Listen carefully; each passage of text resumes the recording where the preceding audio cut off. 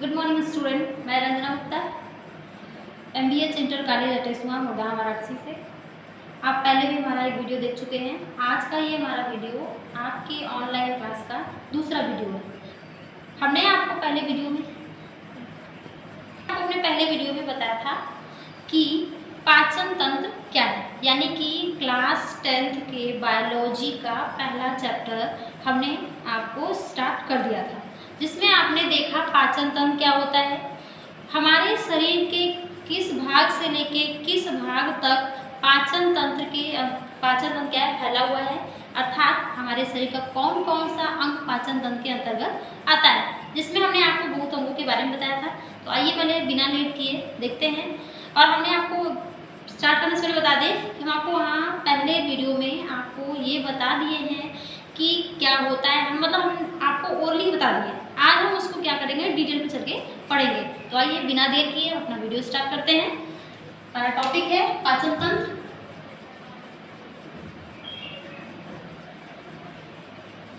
पाचन तंत्र यानी कि डाइजेशन सिस्टम। डाइजेशन सिस्टम देखिए, डाइजेशन सिस्टम यानी कि मानव शरीर में पाचन तंत्र को हम एक दूसरे नाम से भी जानते हैं, यानी कि इसे हम एक और नाम जानते हैं जिसे हम बोलते हैं आहार नाल। आहार नाल, जैसा कि हमने आपको उस दिन बताया था कि आहार नाल की लंबाई मानव शरीर में लगभग 8 से 10 मीटर लंबी होती है। ध्यान दीजिएगा, 8 से 10 मीटर लंबी, न कि सेंटीमीटर। 8 से 10 मीटर लंबी होती है। अब आप सोचेंगे कि इतनी बड़ी शरीर में 8 से 10 मीटर कैसे है, तो आज आपको दिखाएंगे कि 8 से 10 मीटर लंबा हमारा पाचन तंत्र कैसे है। तो आइए पहले देखते हैं 8 से 10 मीटर लंबी ये आहार नाल की लंबाई में, आहार नाल में का जो पहला अंग होता है, यानी कि हमारे आहार नाल का जो सबसे पहला अंग होता है वो है आपका मुखगुहा। जैसा कि हमने आपको इस दिन बताया था, मुखगुहा। दूसरा बताया था हमने ग्रासनली। तीसरा बताया था आपको हमने आमाशय। चौथा बताया था हमने आंत। आंत में हमने दो प्रकार के आंत बताए थे, एक बड़ी आंत, दूसरा छोटी आंत। और नेक्स्ट लास्ट जो आया था वो है मेरा यानी कि गुदा। ठीक है, ये 5 अंग मिलते हैं तब जाके आपके आहार नाल यानी कि पाचन तंत्र का क्या होता है, निर्माण होता है। ये हो गए आपके पाचन तंत्र के भाग, यानी कि पाचन तंत्र के अंतर्गत हमारे शरीर के 5 अंग मुख्यतः 5 अंग भाग लेते हैं, तब जाके पाचन तंत्र का निर्माण होता है। और यही हमारा मुख गुहा से लेके गुदा तक के भाग में ही, यानी कि ये स्टार्टिंग मुख गुहा से गुदा तक के जो भाग है यही पूरे आपके क्या है 8 से 10 मीटर में फैले। ये केवल ये 5 भाग ही 8 से 10 मीटर में क्या है फैले हुए। आज हम आपको बताएंगे कि कैसे और किस प्रकार से ये पूरे भाग क्या है फैले हुए। तो आइए पहले हम जानते हैं पाचन तंत्र की परिभाषा, उसके बाद परिभाषा जानेंगे, उसके बाद हम एक-एक करके आज टॉपिक पे चलेंगे। तो पहले जो हम परिभाषा की बात करें पाचन तंत्र की, तो देखिए एकदम सिंपल और साधारण भाषा, ना कठिन है, किसी भी तरह का आपको याद करने में कोई परेशानी नहीं है। ध्यान दीजिए, अगर दिक्कत हो रही है तो वीडियो को पॉज करके आप देख लीजिए। कहता क्या है कि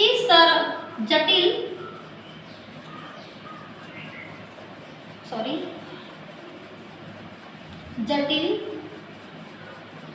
ठोस तथा अघुलनशील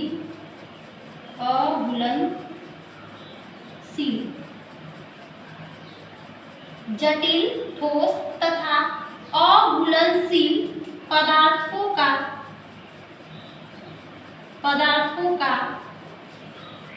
एंजाइमों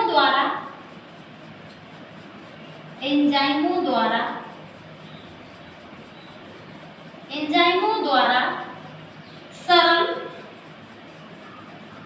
ठोस यानी कि तरल, अघुलनशील तथा घुलनशील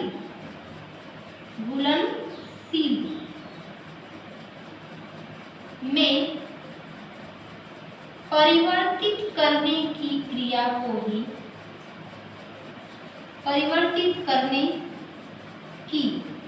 क्रिया को ही को ही पाचन कहते हैं। आइए एक बार देखते हैं परिभाषा। पाचन तंत्र, पाचन की परिभाषा, जटिल, ठोस तथा अघुलनशील, जटिल, ठोस तथा अघुलनशील पदार्थों का एंजाइमों द्वारा, आपका ये विशेष प्रकार के एंजाइमों द्वारा या एंजाइमों द्वारा, और ये एंजाइम कहाँ, चूंकि हम मानव शरीर पढ़ रहे हैं तो मानव शरीर में जो एंजाइम होने की हम बात करेंगे, तो एंजाइमों द्वारा सरल, तरल तथा घुलनशील में परिवर्तित करने की क्रिया को ही हम क्या बोलते हैं, पाचन।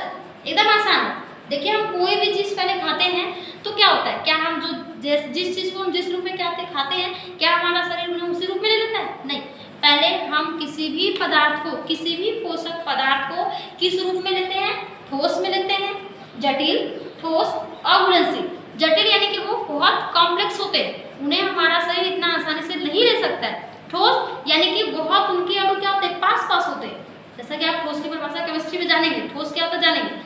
नेक्स्ट क्या है, अघुलनशील। अघुलनशील यानी कि जो जल में घुलनशील न हो, यानी कि आसानी से जल में घुलनशील न हो।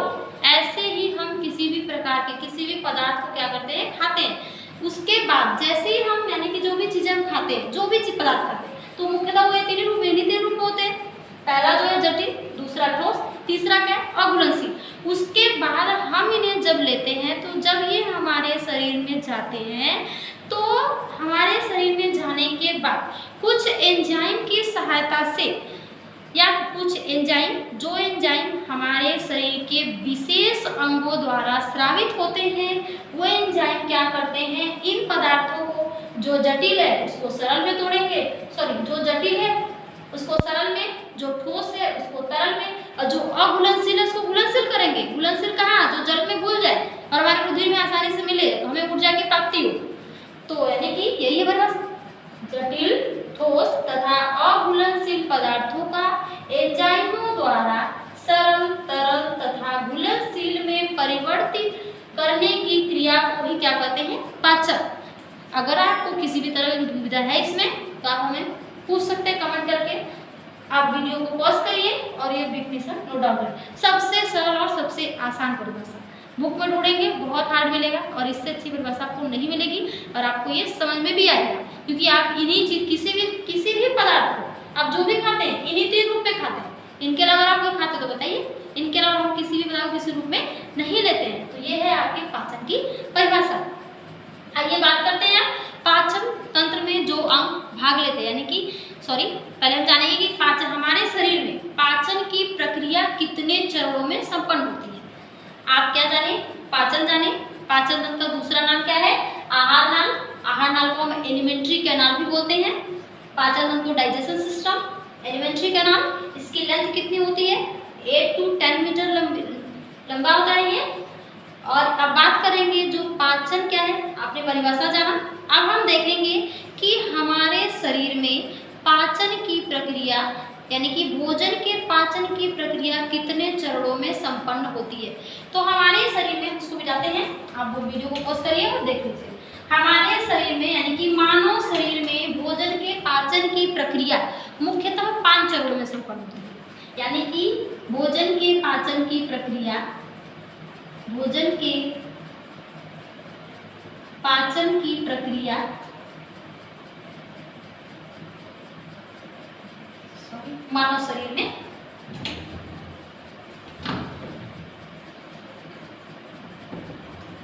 मानव शरीर में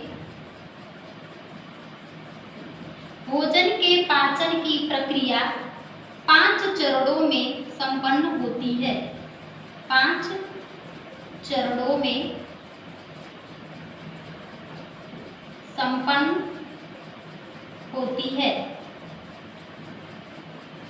आइए देखिए पहला, यानी कि हम जो भी भोजन खाते हैं, हमने आपको परिभाषा बताया, ठोस, जटिल और अघुलनशील। ये जो तीनों पदार्थ हैं हमारे शरीर में मुख्यतः 5 चरणों में आते हैं जाते हैं। कैसे 5 चरणों में इनका पाचन होता है। तो पहला जो चरण है, आइए देखते हैं, पहला जो चरण है उसको हम बोलते हैं भोजन का अंतर्ग्रहण।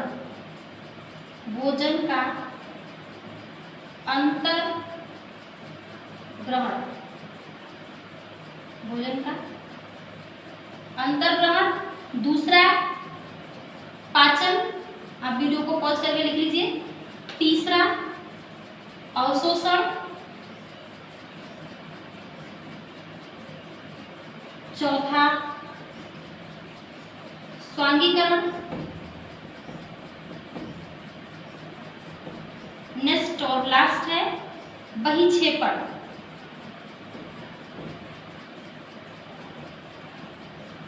ठीक है, ये 5 चरण यानी कि हमारे शरीर में भोजन के पाचन की जो पूरी प्रक्रिया है इन्हीं 5 चरणों में संपन्न होती है।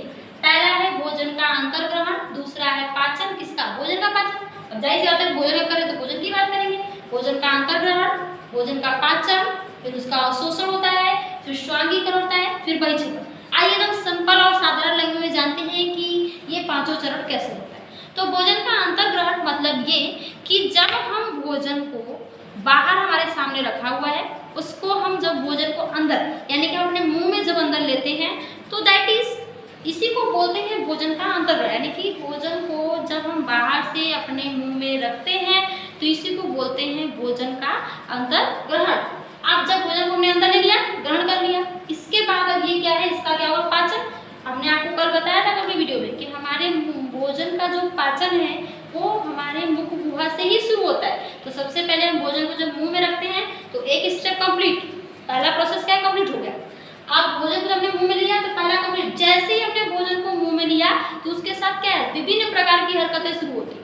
हमने आपको कल बताया था कि मुख गुहा में हमारे 3 चीज होती है मुख्यतः, दीप, दांत, जीभ, लार, यानी कि टंग, सलाइवा और टीथ। ये 3 चीजें होती हैं हमारे मुंह में।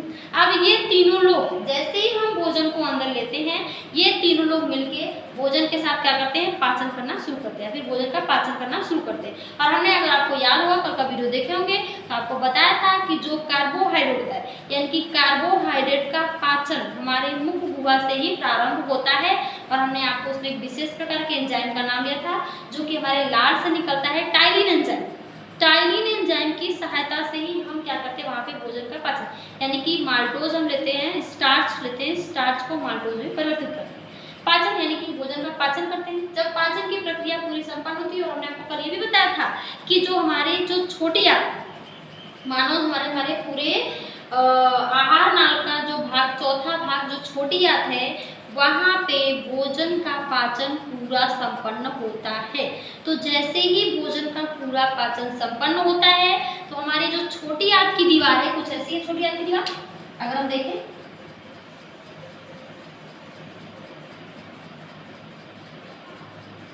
देखिए कुछ ऐसा, बहुत सुंदर तो नहीं बनाएंगे, आपको समझ में आ जाए, बाकी आप बुक में है खुद देखिए। ये जो हमारी छोटी आंत है, यहाँ पे जैसे ही हमारे से खुलता है भोजन यहाँ आता है, तो जब छोटी आंत में भोजन का पूरा पाचन होता है तो छोटी आंत जब पाचन की प्रक्रिया जैसे ही संपन्न होती है तो छोटी आंत की जो दीवार है भोजन को क्या करती है, अवशोषित करती है। अब वो भोजन का अवशोषण करेगी, अवशोषित यानी कि भोजन का पाचन हो गया, अब छोटी आंत की दीवार क्या करेगी, उसे अवशोषित करेगी। तो दैट इज अब्जॉर्प्शन, इसी को बोलते हैं अवशोषण। हो गया भोजन का अवशोषण। अब हमने भोजन को क्या किया, अवशोषित कर लिया। अवशोषित करने के बाद अब उसे भी क्या करना है, शरीर में भेजना है ताकि हमें ऊर्जा मिले और अपना कार्य कर सके।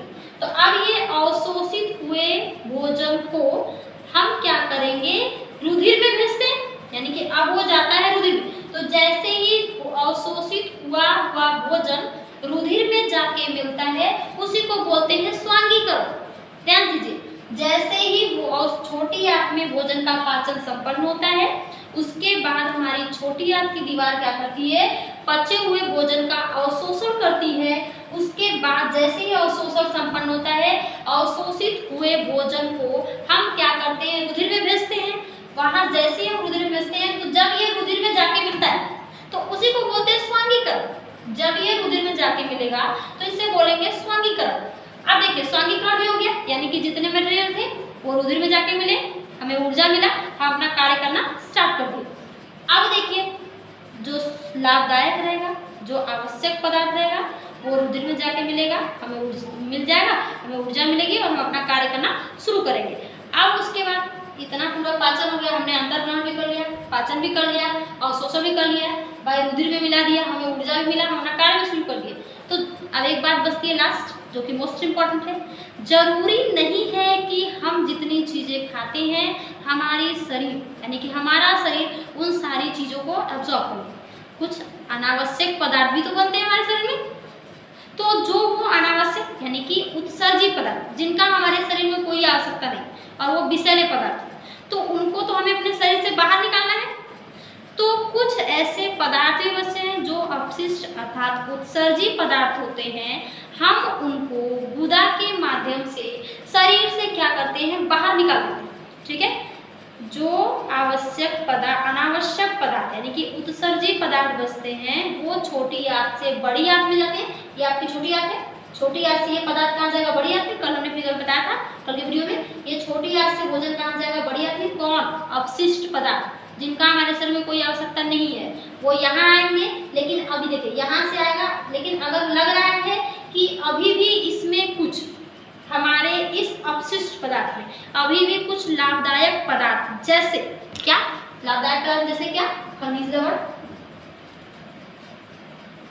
खनिज लवण, और दूसरा जो है वो है जल। खनिज लवण तथा जल अगर अभी भी, जब ये अनावश्यक पदार्थ अपशिष्ट पदार्थ बड़ी आंत में जाएगी तो लग रहा है कि अभी भी इसमें कुछ अनावश्यक पदार्थ या आवश्यक पदार्थ खनिज लवण या जल बचा है। तो ये जो बड़ी आंत की दीवार है ना, ये जो बड़ी आंत की दीवार दिख रही है, ये भी क्या करती है, ये उनमें से उस आवश्यक पदार्थ खनिज लवण जल को क्या करती है, अवशोषित कर देती है। अवशोषित करने के बाद फिर इन्हें वापस से क्या करती है, शरीर में भेज देती है। ठीक है, शरीर में भेज देगी। अब क्या बचा, अब बचा पूरी तरह से ठोस अपशिष्ट पदार्थ। अब जो बचेगा वो है पूरी तरह से ठोस अपशिष्ट पदार्थ जिनका हमारे शरीर में कोई कार्य नहीं है और वो एक तरह का विषैला पदार्थ है। उसको अब हम क्या करेंगे, यहाँ से अब वो ठोस अपशिष्ट पदार्थ इधर से आएगा और यहाँ गुदा के माध्यम से हम मल के रूप में शरीर से क्या करते हैं, त्याग कर देते हैं। समझ में आ रहा है, गुदा के माध्यम बचा पूरा ठोस अपशिष्ट पदार्थ गुदा के माध्यम से मल के रूप में शरीर से बाहर त्याग करते हैं। तो ये है बच्चों आपके पूरे पाचन की प्रक्रिया, यानी कि भोजन के पाचन की प्रक्रिया मुख्यतः 5 चरणों में संपन्न होती है। पहला जो है भोजन का अंतर्ग्रहण, यानी कि जब हम भोजन को बाहर रखा हुआ है, आप अंदर जब ले रहे हैं कि भाई आ जाओ मेरे सामने, आ जाओ मुझे जाना है, भूख लगा है, तो ये क्या है आपका भोजन का अंतर्ग्रहण। फिर जैसे ही हम मुंह में रखते हैं तो वहीं से उसका शुरू होता है पाचन। तो वहाँ पे हुआ पाचन। अब पाचन जरूरी नहीं कि हमने मुंह में रखा तो मुंह में ही पूरे का पाचन हो गया, अलग अलग हमने पूरे आपको 5 अंग बताए, मुखगुहा, ग्रास नली, अमाशय, छोटी आंत, बड़ी आंत। इसके अलावा कल हमने आपको 2 चीज़ और फिगर में दिखाया था, अग्नाशय और यकृत। ये पूरे के पूरे मिल के भोजन का पाचन करते हैं और इतना आसानी से भोजन का पाचन नहीं होता जितना आसानी से आप समझ रहे हैं। तो यहाँ यानी कि हमने आप सोचे कि जैसे भोजन का अंदर बाहर रखा हुआ है, अंदर ले लिए तो हो गया, एक स्टेप कंप्लीट। तो वैसे ये भी कंप्लीट नहीं, ये इतना आसानी से कंप्लीट नहीं होता है। यही तो आपके पूरे इस पाँचों में सबसे इम्पोर्टेंट कोई प्रोसेस तो ये, और यहीं पे ये पाचन। इसके बाद भोजन का और हमारे आहार नाल के अलग अलग अंगों में अलग अलग, यानी कि हमारे आहार नाल के विभिन्न अंगों में, ध्यान सुनिए क्या बोले, आहार नाल के विभिन्न अंगों में अलग विभिन्न अंगों में भिन्न भिन्न जगहों पे भिन्न भिन्न प्रकार के पोषक पदार्थों का पाचन होता है। और उसके लिए हर एक पदार्थ के लिए विशेष प्रकार के एंजाइम होते हैं। हर पदार्थ के लिए क्या होते हैं, विशेष प्रकार के एंजाइम होते हैं जो भोजन का क्या करते हैं, पाचन करते हैं। पाचन भी जान गया। फिर जब पाचन पूरा कंप्लीट हो गया, कहाँ, भोजन का पूरा 1 नंबर क्वेश्चन, आहार नाल के किस भाग में, सीधे क्वेश्चन होता है आपका, ध्यान दीजिए मेरी बात पे। क्वेश्चन है आहार नाल के किस भाग में, आहार, क्वेश्चन लिख लीजिए आप, पहले नोट डाउन कर लीजिए, आहार नाल के किस भाग में, किस भाग में भोजन का पूरा पाचन होता है, भोजन का पाचन, भोजन का पूरा पाचन होता है। ये 1 नंबर क्वेश्चन है। तो किस भाग में होता है, छोटी आंत में। आहार नाल के किस भाग में भोजन का पूरा पाचन होता है, तो कहाँ पर होता है, इसका आंसर है छोटी आंत में। कहाँ होता है, छोटी आंत। ठीक है, तो ये है आपका 1 नंबर क्वेश्चन और ये बहुत इंपॉर्टेंट है, एग्जाम में पूछे जाने वाला क्वेश्चन है। यहाँ से पूरा वो है चांद से क्वेश्चन बनता है। तो हो गया पाचन। पाचन जैसे ही होता है तो हम पचे हुए भोजन का क्या करते हैं, एब्जॉर्ब करते हैं, अवशोषण करते हैं। तो जब हम, अब जाहिर सी बात है कि मान लीजिए हम क्या करते हैं, हम यहाँ पे हैं, तो अब यहाँ पे हम खड़े हैं, तो यहाँ से हम निकल के यहाँ जाते तो क्या साइड ले रहे हैं। तो वैसे क्या भोजन हम यहाँ पे थे, मेरा काम खत्म, मेरा लेक्चर ओवर, तो हम यहाँ साइड लेंगे ना, तो क्या हमने साइड लिया, एक वर्ड दिया ना साइड लेना। तो वैसे क्या भोजन का जब पाचन हो गया तो इसको हम क्या करेंगे, साइड लेंगे। उसको हमारे इंटेस्टाइन की जो वॉल है, स्मॉल इंटेस्टाइन की जो दीवार है, यानी कि छोटी आंत की दीवार क्या करती है, उस भोजन को अवशोषित करके, अब दूसरा जो आप बाहर खा रहे हैं उनको भी तो आना है, तो अवशोषित कर लेती है। तो जब वो उनको साइड देती है तो ये हो गया अवशोषण, ठीक है, अवशोषण हो गया। अब इसके बाद भाई हमने ले लिया तो कोई जगह होना चाहिए, हमें एडजस्ट करना है, कहीं जाना है, तुम जाओ भैया, जाओ तो भैया तुम्हारा काम करो, दूसरे भी आए। तो जब हम इनको हटा लिए तो हम इनको जब दूसरे जगह उठा के रख, हमने उठाया, ये है अवशोषण, यानी कि भोजन छोटी आंत की दीवार इसे ले ली, पकड़ ली, दूसरा इधर से आ रहा है, इधर से दूसरा आ रहा है, और ये जो इसकी आंत की जो दीवार है इस पहले वाले को ले ली, तो ये हो गया अवशोषण। अब जब ये इनको कर लिया तो इनके पास इस पे अब सोचते कि हम इसको कहाँ रखें, तो ये क्या करेगी, इसे वापस रुधिर में भेजेगी। तो जब ये इसे वापस रुधिर में भेजती तो दैट इज स्वांगीकरण, दैट इज एसिमिलेशन, इसी को बोलते हैं स्वांगीकरण। तो जितना आवश्यक रहेगा वो चला जाएगा, और जो अनावश्यक बचेगा वो आपके बड़ी आंत में आएगा। और हमने भी बताया कि अगर अभी भी लग रहा है कि आपके बड़ी आंत में कुछ हार्मफुल पदार्थ यानी कि एक्सक्रीटरी मटेरियल बचा हुआ है, तो बड़ी आंत की दीवार क्या करती है, उसमें से भी खनिज, लवण और जल का अवशोषण करती है और उसे वापस फिर से रुधिर में भेज देती है। बाकी बचे हुए प्योर एक्सक्रीटरी मटेरियल यानी कि शुद्ध अपशिष्ट पदार्थ, उसको हम गुदा के द्वारा या फिर गुदा के माध्यम से मल के रूप में शरीर से क्या करते हैं, भागते हैं। तो ये है आपके पाचन की प्रक्रिया, इन्हीं 5 चरणों में संपन्न होती है। अगर अभी भी आपको लग रहा है कि हमारे इस पूरे बताए हुए टॉपिक को कोई भी कंफ्यूजन हो, किसी भी तरह का है, आप कमेंट करिए, आप जैसा क्वेश्चन है आप पूछ सकते हैं। तो ये हो गया आपके पाचन की, यानी कि पाचन क्या है आपने जाना, एक बार रिपीट करते हैं, आपने क्या जाना, पाचन जाना, पाचन की परिभाषा, पाचन का दूसरा नाम क्या है, आहार नाल, इसकी लंबाई कितनी है, 8 से 10 मीटर लंबी होती है। पाचन की 5 आहार नाल में कितने अंग आते हैं, मुख्यतः 5 आते हैं, मुखगुहा, ग्रास नली, आमाशय और आंत। आंत कितने, 2, छोटी आंत और बड़ी आंत, लास्ट आपको बचता है गुदा। ये आपके मिलके, और इनके साथ, इनके अलावा पूरे पाचन में 2 सहायक ग्रंथियां भी होती हैं, बहुत इंपॉर्टेंट है, और वो दोनों ग्रंथियां हैं अग्नाशय और यकृत। कल के वीडियो में मैंने आपको फिगर में दिखाया था, अग्नाशय और यकृत।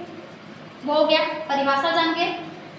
हमने ये भी जाना अभी तुरंत जाना कि पाचन की प्रक्रिया यानी कि मानव शरीर में भोजन की पाचन की प्रक्रिया कितने चरणों में संपन्न होती है, तो 5। पहला जाना भोजन का अंतःग्रहण, दूसरा पाचन, तीसरा अवशोषण, चौथा स्वांगीकरण, 5वां बहिष्करण। और हमने हर का मतलब भी आपको बता दिया है। तो ठीक है, ये हो गया। तो ये हो गया आपके आज की बात करते हैं हम। आपने जान लिया क्या क्या हमने रिपीट किया। अगर आपको लगता है कि हमारे इस पूरे बताए हुए टॉपिक में किसी भी तरह की दुविधा है, आपको कोई भी क्वेश्चन, क्योंकि जरूरी नहीं कि हमने जो बताया आपको समझ में आया, हमने पूरा कोशिश किया, हमने 1 बार नहीं 2 बार नहीं 3 बार रिपीट किया, कल भी रिपीट किया था, आज भी हमने 2 बार मैक्सिमम रिपीट किया। अगर अभी भी आपको लग रहा है कि नहीं आया समझ, तब भी आप बेहिचक को आप कमेंट करके हमसे अपना सवाल पूछ सकते हैं। हम आपको फिर कोशिश करेंगे कि आपको और अच्छा दें। आज का जो हमने क्वेश्चन बताया ये हो गया। और दूसरा क्वेश्चन इससे जो बनता है आपका सीधे क्वेश्चन बनता है कि भोजन का पाचन। देखिए हमने देखा एक क्वेश्चन था ना कि आहार नाल की किस भाग में भोजन का पाचन संपन्न होता है या पूरा होता है, तो किसमें होता है, छोटी आंत में। तो ऐसे एक और क्वेश्चन बन सकता है कि भोजन के पाचन की प्रक्रिया कहाँ से शुरू होती है। क्वेश्चन आपका बन सकता है, ध्यान दीजिए कि आपने जब समाप्त किया तो शुरुआत भी तो कहीं से किया होगा, तो क्वेश्चन बन सकता है कि नहीं। तो भोजन के पाचन की प्रक्रिया कहाँ से शुरू होती है, तो भोजन के पाचन की प्रक्रिया हमारे मुखगुहा से शुरू होती है। अब मुखगुहा में कौन कौन से अंग आते हैं हमने आपको कल के वीडियो में बताया है। अगर आप आज के नहीं देखे हैं कल का वीडियो, तो आप कल की वीडियो प्लीज़ देखिए, जिससे आपको पता चले। हमने आज आपको जितना बताया कल भी इन्हें हमने आपको बताया था। हालांकि आज हम आपको हर चीज़ डिटेल बताए हैं, कल हमने ओरली ही बताया था, लेकिन बताया था आप कल का वीडियो देखेंगे तो आपको आज की वीडियो और भी अच्छे से समझ में आएगी। अगर आप कल का देख रहे हैं आज भी देख रहे हैं, दोनों वीडियो में अगर आपको किसी भी तरह की दुविधा है तो आप कमेंट करके आप अपना क्वेश्चन हमसे पूछ सकते हैं। चलिए अब हम कल बात करेंगे आपके मुख हुआ, यानी कि अब हम कल से शुरू करेंगे हर एक अंग।